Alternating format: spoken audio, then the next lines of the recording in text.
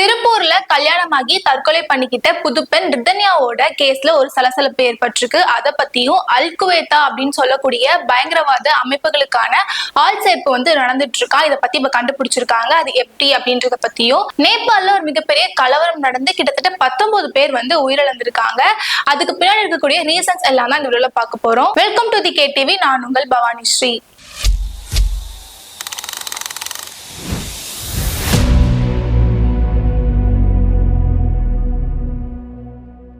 முதலாவது பார்க்க போறது ரிதன்யா அப்படின்ற ஒரு பெண் இப்போ சமீபத்துல அவங்க விஷம் கொடுத்து தற்கொலை பண்ணிக்கிட்டதை நம்ம பார்த்திருப்போம். அவங்களோட தந்தை அண்ணாதுரை இப்போ கோர்ட்டுக்கு போயிட்டு ஒரு மனு தாக்கல் போட்டிருக்காரு. அந்த மனு தாக்கல் என்ன சொல்லப்பட்டிருக்கு அப்படின்னா, இந்த கேஸோட விசாரணையை CBIக்கு மாற்றணும், இல்லாட்டி உயர்நீதிமன்றத்துல ஓய்வு பெற்ற நீதிபதி தலைமையிலான சிறப்பு புலனாய்வு குழுவுக்கு மாத்தணும் அப்படின்னு அவரு அந்த மனுல சொல்லியிருக்காரு. அதுக்கு சென்னை உயர்நீதிமன்றம் மாத்த முடியாது அப்படின்னு சொல்லிட்டு போலீஸும் சரி விசாரணை நீதிமன்றமும் சரி இதற்கான தக்க நடவடிக்கை எடுக்கணும் அப்படின்னு உத்தரவிட்டிருக்காங்க.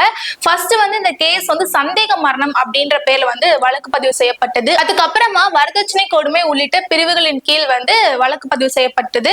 ஆனா பாலியல் துன்புறுத்தல், பெண்களுக்கு எதிரான வன்கொடுமை இந்த மாதிரியான சட்டத்தில் கீழ் அவங்களுக்கு எந்த விதமான வழக்கும் போடப்படலையா. 72 நாள் ஆகிடுச்சு. ஆனா இப்ப வரைக்கும் இந்த கேஸ்ல எந்த ஒரு முன்னேற்றமும் இல்ல அப்படின்னும், இப்ப வரைக்கும் 72 நாள் ஆகிடுச்சு. ஆனா இந்த விசாரணையில எந்த விதமான முன்னேற்றம் இல்ல அப்படின்னும் ஆடியோக்களுமே பப்ளிக் லீக் ஆகப்பட்டிருக்கு. இந்த விஷயத்துல போலீஸ் நடந்துக்கூடியதுல சந்தேகம் ஏற்படுது அப்படின்னு ரிதன்யாவோட அப்பா சொல்லியிருக்காரு. இந்த கேஸ விசாரிச்ச நீதிபதி சதீஷ்குமார் அவர்கள் என்ன சொல்லியிருக்காரு அப்படின்னா, மேலும் ஏதாவது குற்றப்பிரிவு இருந்தது அப்படின்னா அதையும் சேர்த்து இறுதி அறிக்கை தாக்கல் செய்யப்படணும் அப்படின்னு அவர் உத்தரவிட்டிருக்காரு. இது மட்டும் இல்லாம போலீசார் உரிய குற்றப்பிரிவுகளை சேர்க்கல அப்படின்னா விசாரணை நீதிமன்றம் தானாவே அந்த பிரிவுகளை சேர்த்து குற்றச்சாட்டுகளை பதிவு பண்ணும் அப்படின்னு அவர் சொல்லியிருக்காரு. அது மட்டும் இல்லாம இப்ப இந்த கேஸ CBIக்கு மாத்தணும் அப்படின்னா இன்னும் அது காலதாமதம் மட்டும் தான் ஆகிட்டு போயிட்டு இருக்கும் அப்படின்னு நீதிமன்றம் உத்தரவிட்டிருக்காங்க. இப்ப இந்த கேஸ்ல பார்த்தோம் அப்படின்னா ரிதன்யாவோட அப்பா அவருக்கு ஃபேவரா இந்த கேஸ் வரணும் அப்படின்னு எதிர்பார்க்கிறாரோ அப்படின்ற ஒரு சந்தேகம் எழுது. ஏன்னா இந்த கேஸ்ல அவருக்கு அகைன்ஸ்டா தான் நிறைய விஷயங்கள் இருக்கு அப்படின்னு சொல்லப்படுது. அது மட்டும் இல்லாம இப்ப இந்த கேஸ CBIக்கு மாத்துறாங்க அப்படின்னா சார்ஜ் ஷீட்டுமே சீக்கிரமா போட மாட்டாங்க. இன்னும் அது இழுத்துதான் அடிக்கும். அது வரைக்கும் கவினோட குடும்பமும் பாதிக்கப்படணும், மன உளைச்சலுக்கு ஆளாகணும்னு சொல்லிட்டு அவர் நினைக்கிறாரோ அப்படின்ற மாதிரியான சந்தேகமும் இதுல எழுது. அதே மாதிரி இந்த கேஸ்ல தனிநபர் விசாரணை போற அளவுக்கு எதுவுமே இல்ல. அதனால ரிதன்யா அப்பா இந்த கேஸை இழுத்தடிக்கணும் அப்படின்றதுக்காக இதெல்லாம் பண்றாரா அப்படின்ற விதத்திலையும் பார்க்கப்படுது. இரண்டாவதா பார்க்க போறது தமிழ்நாடு, கர்நாடகா, மகாராஷ்டிரா, பீகார், உத்தரப்பிரதேஷ் மற்றும் ஜம்மு காஷ்மீர். இந்த இடங்கள்ல எல்லாம் அல்குவேதா அப்படின்னு சொல்லக்கூடிய பயங்கரவாத அமைப்புகளுக்கான ஆள் சேர்ப்பு மற்றும் நிதி திரட்டக்கூடிய கடுமையான சதி நடந்துட்டு இருக்கு அப்படின்ற தகவல்கள் எல்லாம் கிடைச்சிருக்கு. தேசிய புலனாய்வு முகமை அப்படின்னு சொல்லக்கூடிய NIA அதிகாரிகள் 22 இடங்கள்ல நேத்து சோதனை பண்ணிருக்காங்க. அந்த விசாரணையில ஜம்மு காஷ்மீர்ல பஹல்காம் பகுதியில பாகிஸ்தான் பயங்கரவாதிகள் ஏப்ரல் 22ஆம் தேதி 26 சுற்றுலா பயணிகளை கண்மூடித்தனமாக சுட்டு கொலை பண்ற நிகழ்வு நடந்துச்சு. இத பத்தியும் NIA அதிகாரிகள் விசாரிச்சுட்டு வந்துட்டு இருந்திருக்காங்க. இந்த விசாரணை அப்போதான் நாட்டுல பல இடங்கள்ல அல்குவேதா அப்படின்னு சொல்லக்கூடிய பயங்கரவாத அமைப்புகளுக்கான ஆள் சேர்ப்பு மற்றும் நிதி திரட்டக்கூடிய விஷயம் நடந்துட்டு இருக்கு அப்படின்னு கண்டுபிடிக்கப்பட்டிருக்கு. செங்கல்பட்டு மாவட்டத்துல பீகார் மாநிலத்தை சேர்ந்த 22 வயதான அஹிலதுர் முகமது அப்படின்னு சொல்லக்கூடிய ஒரு பயங்கரவாதிய NIA அதிகாரிகள் கைது பண்ணிருக்காங்க. அவரோட மொபைல்ல உத்தரப்பிரதேசத்துல முதல்வரா இருக்கக்கூடிய யோகி ஆதித்யநாத் பயண திட்டம் குறித்த தகவல்கள் இருந்தது அப்படின்னும், அவர் சம்பாதிக்கக்கூடிய காசுல 40% ஆயுதங்கள் வாங்குறதுக்காக அவர் சேகரிச்சு வச்சிருக்காரு அப்படின்ற விஷயங்களும் தெரிய வந்திருக்கு. அவருடைய கூட்டாளிகள் தமிழ்நாட்டுல இருக்காங்க அப்படின்றதையும் அவர்கிட்ட இருந்து ஒரு சில முக்கிய ஆவணங்கள் கைப்பற்றப்பட்டதா சொல்லப்படுது. தூத்துக்குடியில இருக்கக்கூடிய தாளமுத்து நகர் அந்த சைடுல சிலுவைப்பட்டி அப்படின்ற ஒரு பகுதியில NIA அதிகாரிகள் திடீர்னு ஒரு சோதனை நடத்தினாங்க. அதுல 18 வயதான ஷா ஆலம் அப்படின்னு பீகார் மாநிலத்தை சேர்ந்த ஒருத்தர் கிட்ட காலை 6 மணில இருந்து 10 மணி வரைக்கும் விசாரணை நடத்தியிருக்காங்க. அதுல இதுக்கு முன்னாடியே கைது பண்ணப்பட்ட ஷாகிலோட மொபைல் நம்பர் இருந்திருக்கு அப்படின்றது கண்டுபிடிக்கப்பட்டிருக்கு. தாளமுத்து நகர் போலீசார் கிட்ட ஷா ஆலம் ஒப்படைக்கப்பட்டு அவர் கூட இருக்கக்கூடிய கூட்டாளிகள் பத்தியும் விசாரணை தொடர்ந்து போயிட்டு இருக்கான். இதுல என்ன சந்தேகம் எழுது அப்படின்னா, ஒரு பீகாரி தமிழ்நாட்டுல இருக்கான். அவனோட போன்ல யோகி ஆதித்யநாத் பத்தின தகவல்கள் இருக்கு.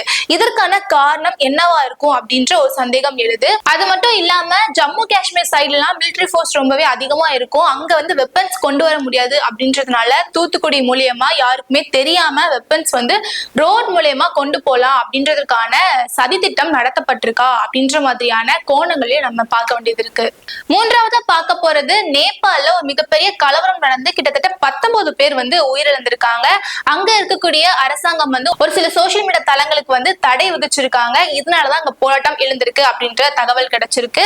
அங்க இருக்கக்கூடிய இளைஞர்கள் கோவப்பட்டு காத்மாண்டு அப்படின்ற இடத்துல இருக்கக்கூடிய பார்லிமெண்டோட என்ட்ரன்ஸை தீ வச்சு கொளுத்தி இருக்காங்க. இதை கட்டுப்படுத்துறதுக்காக ராணுவத்துக்கும் உத்தரவு போய் அங்க வந்து ஷூட் பண்ணக்கூடிய சூழ்நிலை வந்து ஏற்பட்டிருக்கு. இது வரைக்கும் அந்த கலவரத்துல 19 பேர் உயிரிழந்து 250க்கும் மேற்பட்டவங்க வந்து காயப்பட்டிருக்காங்க அப்படின்ற தகவல் வந்து மிகப்பெரிய அதிர்ச்சியை ஏற்படுத்தியிருக்கு அப்படின்னே சொல்லலாம். இந்த கட்டுப்பாட்டு நடவடிக்கையில கவர்மெண்ட் கிட்ட ஒரு சில சோசியல் மீடியா தளங்கள் வந்து பதிவு பண்ணாம இருந்ததுனாலதான் முக்கிய தளங்களா இருக்கக்கூடிய 26 பிரபல தளங்கள் வந்து முடக்கப்பட்டிருக்கு. அதுல முக்கியமா பார்க்கப்படுறது வந்து யூடியூப், எக்ஸ், ஃபேஸ்புக் இந்த மாதிரியான தளங்கள்லாம் அங்க முடக்கப்பட்டதுதான் இந்த கலவரத்துக்கான ஒரு ரீசன் அப்படின்னு ஒரு பக்கம் சொல்லப்படுது.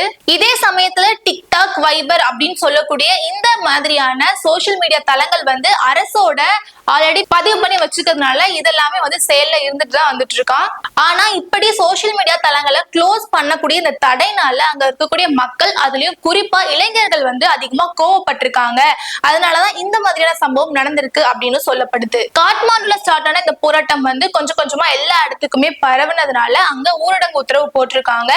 இதற்கிடையில போராட்டக்காரர்களுக்கும் போலீசாருக்கும் இடையில மோதல்கள், கண்ணீர் புகை குண்டுகள், ராணுவ சுடுதல் இதெல்லாமே வந்து அந்த இடத்துல நடந்திருக்கு. இப்படி இந்த கலவரம் முடிஞ்சதுக்கு அப்புறமா நேபாளோட பிரதமர் ஷர்மா ஒலி வந்து ஒரு அமைச்சரவை ஆலோசனை கூட்டத்தை வந்து நடத்தியிருக்காரு. அதுல அவர் என்ன சொல்லியிருக்காரு அப்படின்னா, ஒரு தனி மனிதன் வேலை இழப்பதை விட தேசத்தோட சுதந்திரம் தான் முக்கியம் அப்படின்னு அவர் சொல்லியிருக்காரு.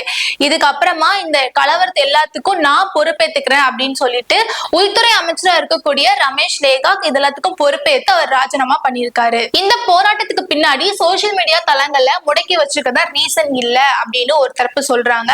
அதுக்கு என்ன சொல்றாங்க அப்படின்னா, அங்க இருக்கக்கூடிய அரசாங்கம் வந்து சரியா நடக்கிறது இல்ல, அங்க இருக்கக்கூடிய ஊழல்களை மறைச்சிட்டு இருக்காங்க, அதுக்கான மக்களோட அதிருப்தியோட வெளிப்பாடுதான் இது அப்படின்னு ஒரு பக்கம் சொல்லிட்டு வர்றாங்க. இதுல இன்னொரு விஷயத்த யோசிச்சு பார்த்தோம் அப்படின்னா, அரசாங்கம் சைட்ல இருந்து ஏதாவது ஊழலோ இல்லாட்டி அவங்க வந்து ஏதாவது தப்பான செயல்களை மக்கள் கிட்ட இருந்து மறைக்கணும் அப்படின்றதுக்காக இந்த சோசியல் மீடியா தளங்களை வந்து முடக்கி வச்சிருக்காங்களா அப்படின்ற ஒரு சந்தேகம் எழுது. ஏன் அப்படின்னா, இந்த மாதிரி சோசியல் மீடியா தளங்கள்ல அரசாங்கம் கிட்ட இருந்து பதிவு பண்ணலன்னா பதிவு பண்ணுங்க அப்படின்னு அரசாங்கம் சொல்லணுமே தவிர, அதனால இந்த மாதிரி சோசியல் மீடியா தளங்களை முடக்கி வைக்கிறது ஒரு சரியான அரசாங்கத்தோட அணுகுமுறை இல்லை அப்படின்னே சொல்லலாம். மேலும் இன்னொரு தொகுப்புடன் சந்திக்கின்றேன். நன்றி.